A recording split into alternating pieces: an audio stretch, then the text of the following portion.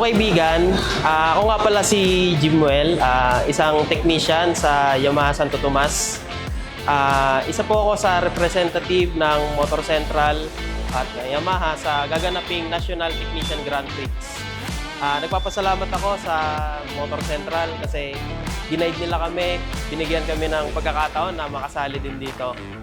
Hindi nila kami pinabayaan. Kaya ngayon, ito, i-represent namin sila sa gaganaping NTGP. Sana pala rin kami na makapasok sa top 1, 2, 3. Kung sa isang achievement na rin yun sa sarili namin, hindi lang sa company namin. Sana suportahan nyo kami sa gaganaping Yamaha Technician Grand Prix. Magandang umaga po kaibigan. Ako nga po pala si Carlo Balinis. Yamaha Technician po ako ng branch ng San Pedro. Isa po ako sa nakapasok sa Technician Grand Prix ni Yamaha. Gaganapin ngayon ngayong May 17 sa festival. At nagpapasalamat po ako sa company ng Motor Central sa full support nilang pagantabay sa amin, lalo sa mga review at sa training para maipanalo ang competition. Ako po si Christopher Ian Linaw from Yamaha General Trias, Cavite.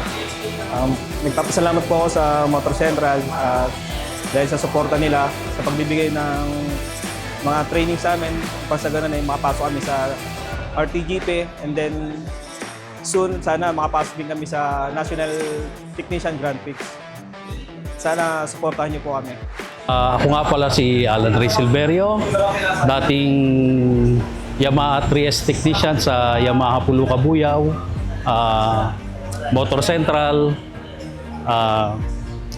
Experience ko sa pagiging isang Yamaha technician, marami ka talaga dito matututunan. Kagaya nitong ginagawa ng Motor Central, nagkakaroon sila ng mga training, na libreng training. Doon mas lalong na pagyayabong yung kaalaman ng isang pagiging mekaniko. So, thankful ako. Siyempre, naging bahagi rin ako dito naging bahagi rin ako ng kumpanya namin, Motor Central, at dito ko rin na-enhance yung pagiging isang mahusay na technician. So, sa mga kapwa ko technician, siyempre, tuloy-tuloy lang ng pag-aaral. Kumbaga, sabi ko nga kanina, kung dito libre ang pag-aaral, pagdating mo na sa labas, may bayad na yan.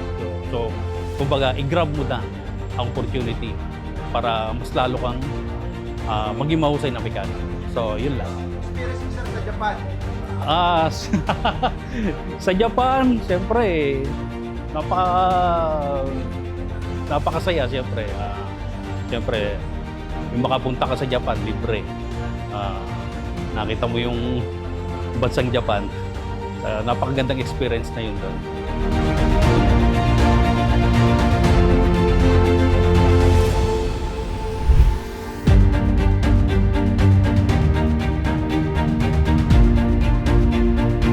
Sana suportahan nyo kami. Sana suportahan niyo po kami. Training para maipanalo ang competition.